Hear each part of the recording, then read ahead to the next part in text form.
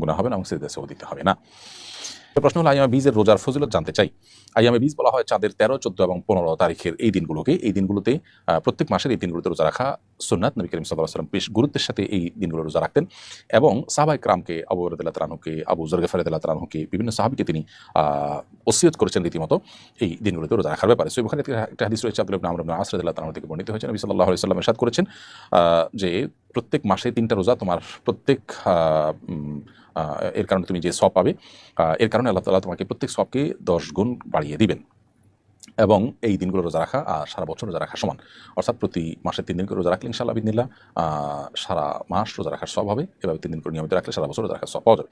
তিরমিজিতে আবু যর গফারি রাদিয়াল্লাহু তাআলা বর্ণিত হাদিসে আমরা জানি নবী সাল্লাল্লাহু আলাইহি ওয়াসাল্লাম ইরশাদ করেছেন, ইয়া আবু যর ইযা সুমতা মিনাশ শাহরি সালাসা আইয়াম ফাসুম সালাসা আশারা ওয়া আরবা আশারা ওয়া খামসা আশারা। আবু যর গফারি নবী সাল্লাল্লাহু আলাইহি ওয়াসাল্লাম বলেছেন, তুমি 3 দিন যখন মাসে রোজা রাখতে যাবে তখন 13, 14, 15 রাখবে এবং তিনি ওসিয়ত করেছেন। এজন্য এই দিনগুলোতে রোজা রাখা জরুরি। এছাড়া রুকিয়া বিশেষজ্ঞগণ তারা বলেন যে সেহের, ব্ল্যাক ম্যাজিক আজকাল ঘরে ঘরে মানুষ এটাতে আক্রান্ত, এটা থেকে আত্মরক্ষার জন্য আইয়ামে বীজ রোজার বিশেষ উপকারিতা রয়েছে, এর বিশেষ সুফল আছে। এই জন্য চাঁদের 13, 14, 15 এই দিনগুলোতে আমাদের রোজা রাখতে সচেষ্ট হওয়া উচিত। স্বাস্থ্যের জন্য এটা ভালো মাঝে মধ্যে রোজা রাখাটা। অতএব সেই দিক থেকে আইয়ামে বীজ রোজা রাখার অভ্যাস আমাদের করতে হবে। স্যার, আমার বাবা